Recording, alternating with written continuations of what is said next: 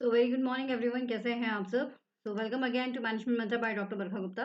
Without delay शुरू करते हैं हमारे आज के सेशंस। आज के सेशंस में हम यहाँ पर 25 क्वेश्चंस करने वाले हैं, है ना। तो अराउंड 370 तक हमारे क्वेश्चंस यहाँ पर हो जाएंगे। और ये आप लोगों का प्रैक्टिस सेशन है एक तरह से, तो जितना ज़्यादा हो सकता है प्रैक्टिस सेशन पर अपने हाथों को मजबूत कीजिए with the time management. So without delay let's start with today's session. So all the best guys. So Now the question number 346 statement कहता है trade policy review body is the forum for the entire membership to review the trade policy of all the WTO members. And the statement 2 says that the WTO administrator the trade review mechanism. जो व्यापार नीति समीक्षा निकाय सभी जितने भी आपके जो WTO सदस्यों की व्यापार नीतियों की समीक्षा करने के लिए संपूर्ण सदस्यता के लिए एक मंच है, यानी कि जो ट्रेड पॉलिसी रिव्यू बॉडी है वो सारे की सारे WTO मेंबर्स की पॉलिसीज को रिव्यू करती है ना। और जो WTO एडमिनिस्ट्रेशन है ये ट्रेड रिव्यू मैकेनिज्म है, ऐसा बताया जा रहा है। तो कौन सा स्टेटमेंट सही है कौन सा स्टेटमेंट गलत है ये आपसे पूछा गया है।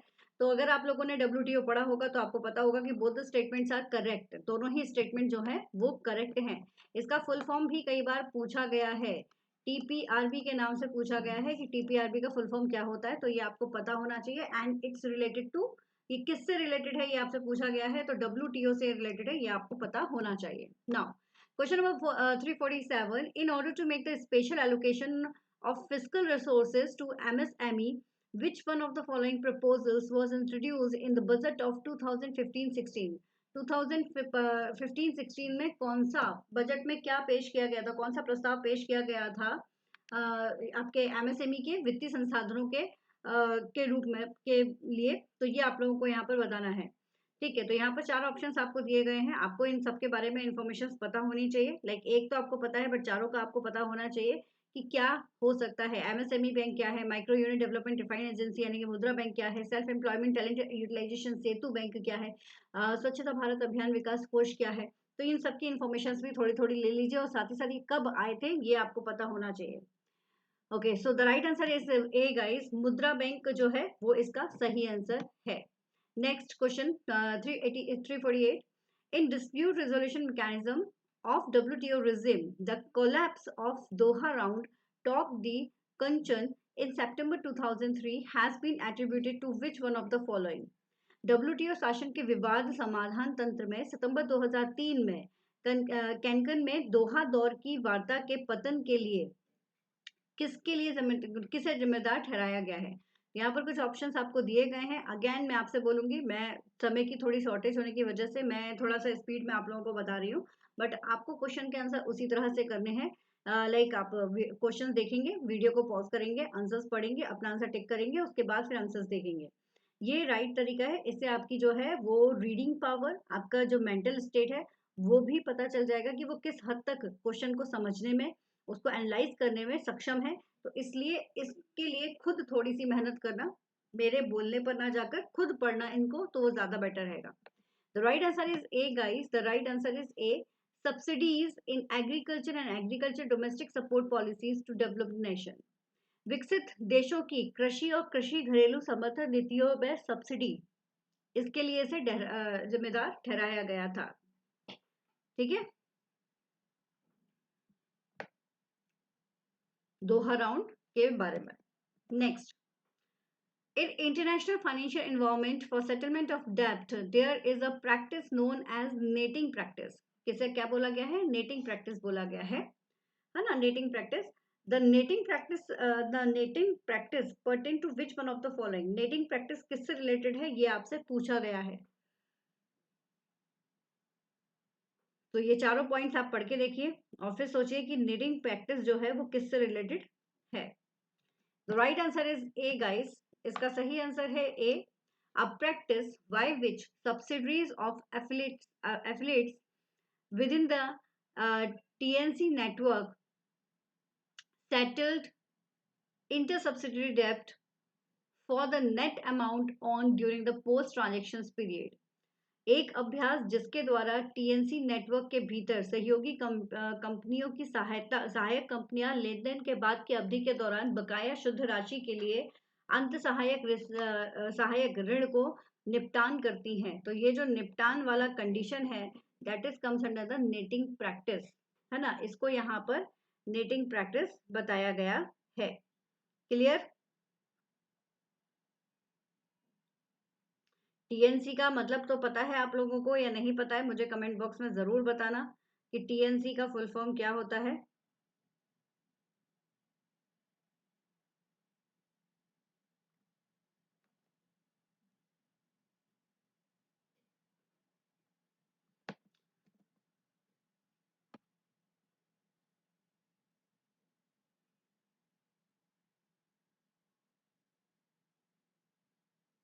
टीएनसी बेसिकली मल्टीनेशनल भी हम कह सकते हैं, अगर आप लोगों को नहीं पता हो, क्योंकि लाइक किसी ने अगर आंसर नहीं किया, किसी को नहीं पता, तो आप लोगों को पता होना चाहिए। टीएनसी दैट इज दी एक तरह से ट्रांजेक्शनल कॉर्पोरेशन होते हैं, है ना। तो ये जो ट्रांजेक्शनल कॉर्पोरेशन नेटवर्क है ना, और ये एक तरह से हम कह सकते हैं कि ये मल्टीनेशनल्स भी, टीएनसी को हम मल्टीनेशनल के नाम से भी जान सकते हैं। नेक्स्ट, केएसए रिप्रेजेंट, सिंपल सा क्वेश्चन है बट 2 मार्क्स का है।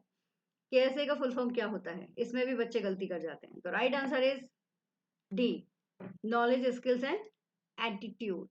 knowledge, skills, attitude, not aptitude, not approach, not anything else. This is attitude. Next, in factor comparison method, each factor is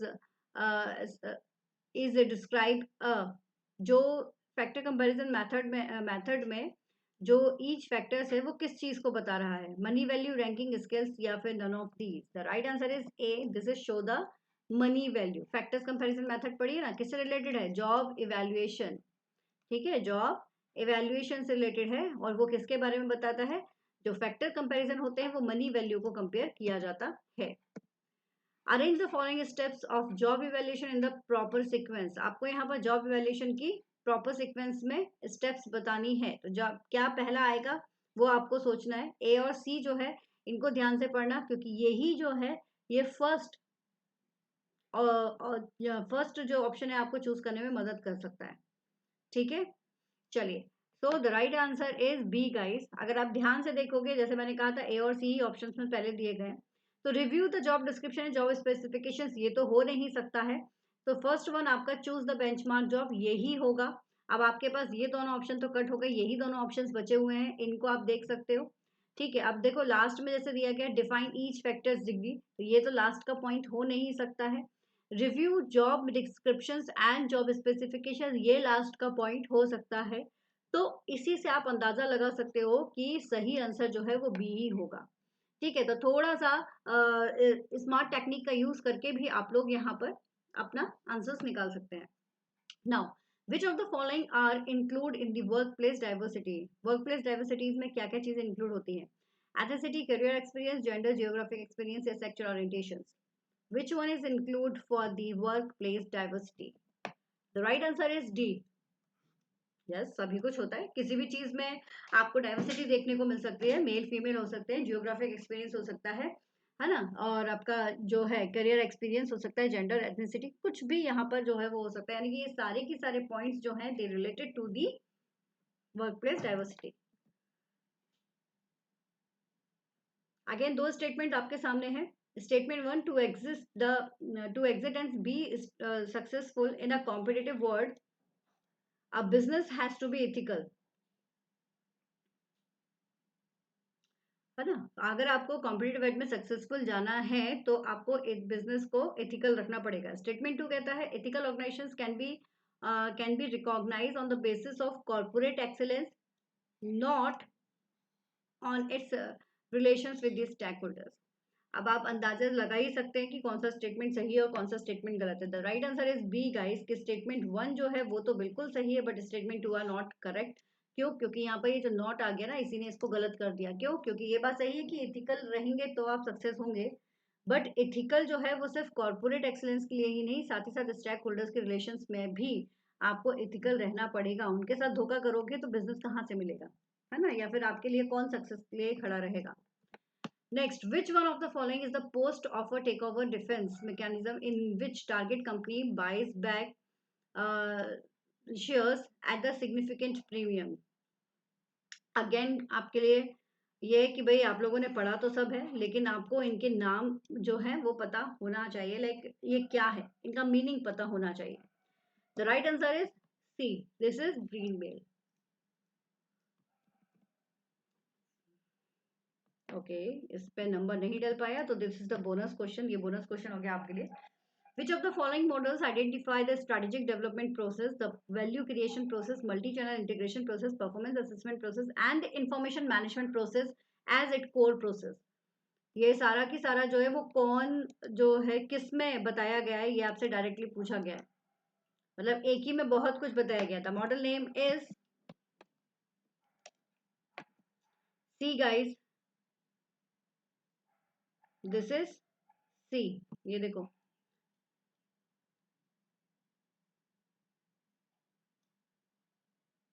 strategic development position, value creation process, multi channel integration process, performance assessment process, सारा कुछ इसी में आपका बता दिया गया है। So this model is this one, Payne and Frow's models of CRM, customer relationship model जो है वो यहाँ पर बताया गया है।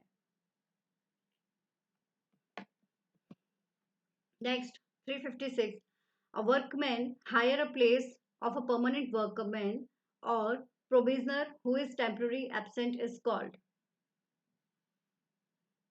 वर्कमैन जिसको workman hire a place of a permanent workman, permanent workman की प्लेस पर, है ना, क्या किया गया है, एक प्रोविजनर या टेम्पररी एब्सेंट अगर है उसको लाया गया है, तो वो क्या है? एक वर्कमैन को टेम्पररी लाया गया है परमानेंट वर्कमैन की प्लेस पर, या फिर जो प्रोविजनर है यानी कि जो टेम्पररी है उसके प्लेस पर, लेकिन वो अभी एब्सेंट है, तो उसे क्या कहा जाएगा? टेम्पररी, कैजुअल, बदली या provisional? The right answer is D, this is called बदली वर्कर। ठीक है ना? The sequence of steps involve in testing a hypothesis are, hypothesis की टेस्टिंग का जो सीक्वेंस है वो क्या होगा, ये आपसे पूछा गया है। Select a suitable test statistics, establish the critical rejection reason। आपको भी वही करना है, यहाँ पर जो ऑप्शंस दिए गए पहले उनको देखिए, उन ऑप्शंस के बेसिस पर फर्स्ट जो है पहले वो पता करो कि पहला क्या हो सकता है।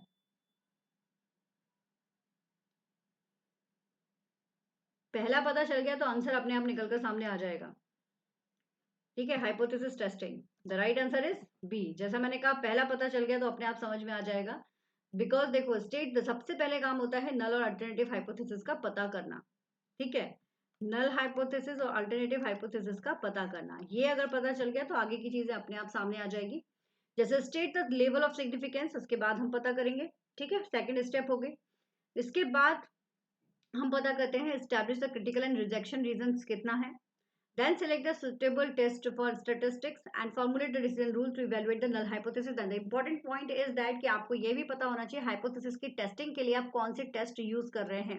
You should know about the what is null hypothesis, what is alternative hypothesis, what is the hypothesis error, type 1 and type 2 error क्या होते हैं, ये भी आपको पता होना चाहिए। और इसके साथ ही साथ आपको ये भी पता होना चाहिए कि like type 1 type 2 error, H1 H0, और एक चीज और है जिसके बारे में आपको इन्फॉर्मेशन होनी चाहिए, वो है आपका parametric and non parametric test कौन कौन से होते हैं। ठीक है, तो ये कुछ चीजें हैं, इनको पढ़ो, इंपॉर्टेंट है। Next, why do companies pursue a retrenchment strategy? एक कंपनी रिट्रेचमेंट स्ट्रेटेजी कब परस्यू करती है, ये आपसे पूछा गया है। रिट्रेचमेंट स्ट्रेटेजी दैट मीन्स कि कंपनी से पर्सन को अलग कर देना due to any of the reasons, किसी रीजंस की वजह से ये यूज किया जाता है ना। तो कंपनी रिट्रेचमेंट स्ट्रेटेजी क्यों करती है, ये आपसे पूछा गया है। अब रिट्रेचमेंट जो है वो दो तरह से हो सकता है, लाइक रिट्रेचमेंट जो है इसमें पर्सन की अगर बात की जाए, यहाँ पर तो स्ट्रेटेजी जो है वो कंपनी से रिलेटेड पूछी गई है, तो पर्सन से भी बात की जाए तो पर्सन को अलग कर देना, क्योंकि रिट्रेचमेंट का मतलब होता है छटनी करना। ठीक है, और ऑर्गेनाइजेशन की भी बात की जाए तो जो ऑर्गेनाइजेशन है उस ऑर्गेनाइजेशन का जो एक पार्ट है उसको हम अलग कर रहे हैं, उसकी छटनी कर रहे हैं, ऐसा क्यों कर रहे हैं? ठीक है, तो by company pursue the retrenchment strategy, ये क्यों यूज कर रहे हैं ये आपसे पूछा गया है। तो right answer is B guys, इसका सही आंसर है बी। सबसे पहले better opportunity in the environment and perceive the elsewhere, better opportunities के लिए हम इसको यूज करते हैं।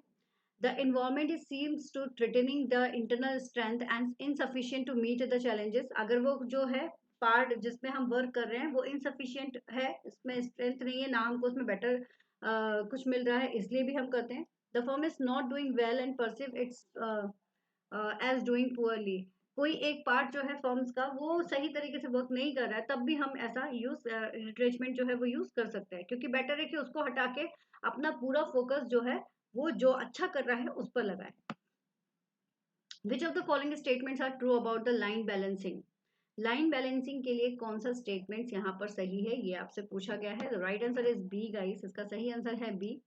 लाइन बैलेंसिंग जो है, total amount of work on a line is divided into the different tasks. This is the line balancing, जैसा हम खुद भी करते हैं। And tasks are assigned to workstations that allow that work to be performed in a feasible sequence. ये दो point जो हैं, this is related to the line balancing. Next, Udyam Assist platform developed by the SEDB cater to which of the following enterprises? किसने बताया था भाई, किसने develop किया था जो उद्यम असिस्ट प्लेटफॉर्म है, तो किसने बताया था? The right answer is D, this is for the informal micro enterprises. Next, the OLI theory is known as, OLI theory को किस नाम से जाना जाता है?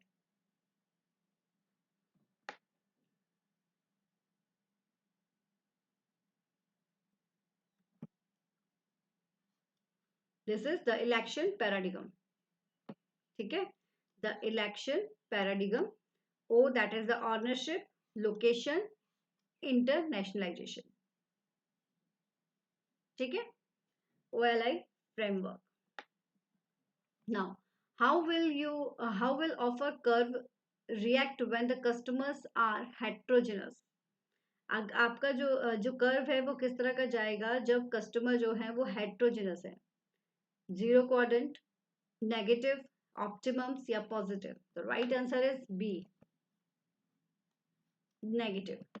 हेट्रोजेनस का मतलब आपको पता ही होगा, जब अलग अलग तरह के आपके लोग यहाँ पर अगर मौजूद हैं, ठीक है, तो उसे आप हेट्रोजेनस कहेंगे। तो कस्टमर्स अगर हेट्रोजेनस है तो कर्व आपका नेगेटिव होगा।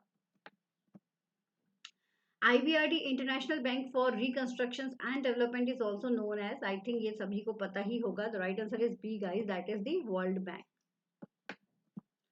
Subsidiaries consider regional environment for policy strategy formulation is known as, subsidiary consider the regional environment, regional environment की यहाँ पर बात की जा रही है, तो किस को बिलोंग करेंगे? तो दैट इज दी बी। जहां रीजनल आ गया वहां पर रीजनल सेंट्रिक होगा। बाकी के मीनिंग्स आपको पता ही होंगे, कई बार हम पढ़ चुके हैं।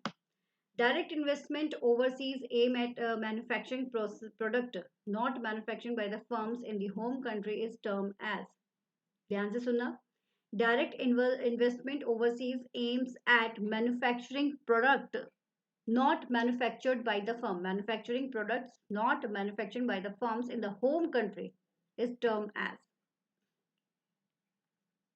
the right answer is C guys, this is conglomerate FTI।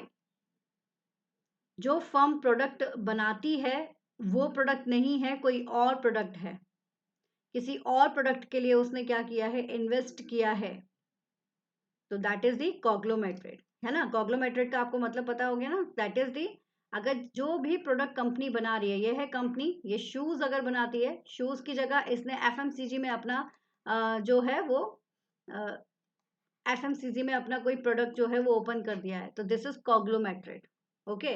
और FMCG में ही काम कर रही है और एक नया प्रोडक्ट उसने लॉन्च किया है इसी के जैसा ही, तो क्या होगा? ये टर्म आप लोग मुझे बताइए, ठीक है।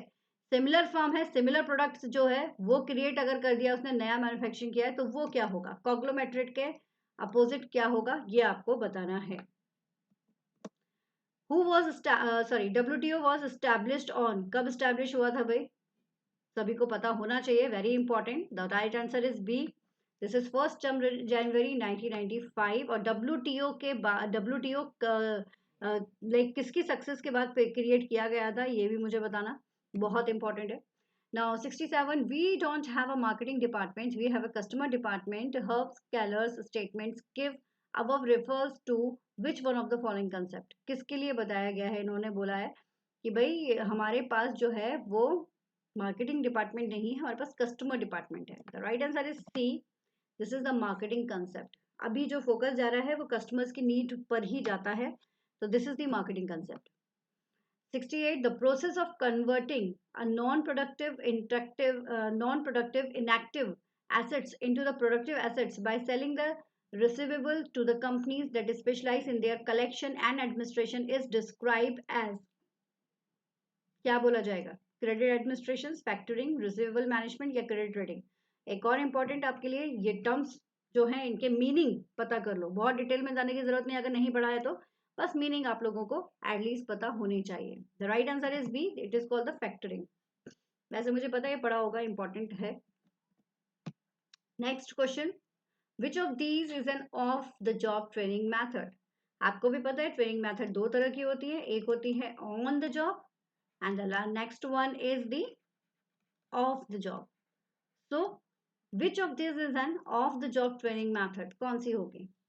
जॉब रोटेशन तो जॉब के अंदर ही होगी, तो यानी कि ये ऑन द जॉब होगी. ओरिएंटेशन ट्रेनिंग भी ऑन द जॉब होगी, कोचिंग भी जॉब के अंदर होती है तो ऑन द जॉब होगी. तो क्या बच गया? Television. Right answer is A, television is the of the job training. Okay, the last question is dash refers to monetary benefit offered and provided to employees in return to service they provide to the organization. क्या है ये? Dash refers to the monetary benefit. ये एक monetary benefit है जो offered करता है और प्रोवाइड करता है एम्प्लॉयज को इन रिटर्न ऑफ सर्विसेज के बेसिस पे, and they provide to the organization. ये प्रोवाइड करता है ऑर्गेनाइजेशन में. सो डायरेक्ट कंपनसेशन होगा ये, या इनडायरेक्ट कंपनसेशन, परफॉर्मेंस कंपनसेशन, या none of these. The right answer is A guys, this is the direct compensation. क्या होगा ये? डायरेक्ट कंपनसेशन, यानी कि मॉनेटरी बेनिफिट. ओके, तो this is all for today. I hope कि आप लोगों को तैयारी बहुत अच्छी चल रही होगी. तो कुछ इंपॉर्टेंट पॉइंट जो आप लोगों के लिए बताए गए हैं उनको ध्यान में रखते हुए अपनी तैयारी कीजिए, क्योंकि एग्जाम जो है वो बहुत नजदीक है. तो अच्छे से आपका एग्जाम होगा. All the best, take care, keep study hard with smart. And one more important thing is that कि आज मैं आप लोगों के लिए टेलीग्राम पर ये सारे क्वेश्चन जो हैं वो सेंड कर रही हूँ. ऑलरेडी एक मैंने पीडीएफ भेजा था, अगेन पीडीएफ सेंड कर रही हूँ, कंबाइंड पीडीएफ सेंड कर रही हूँ. उसको देख लीजिए, उसको रिवाइज कर लीजिए. उसमें सारे इंपॉर्टेंट पॉइंट्स आप लोगों के लिए दिए गए हैं, तो एक बार गो थ्रू कर लीजिएगा. All the best, take care.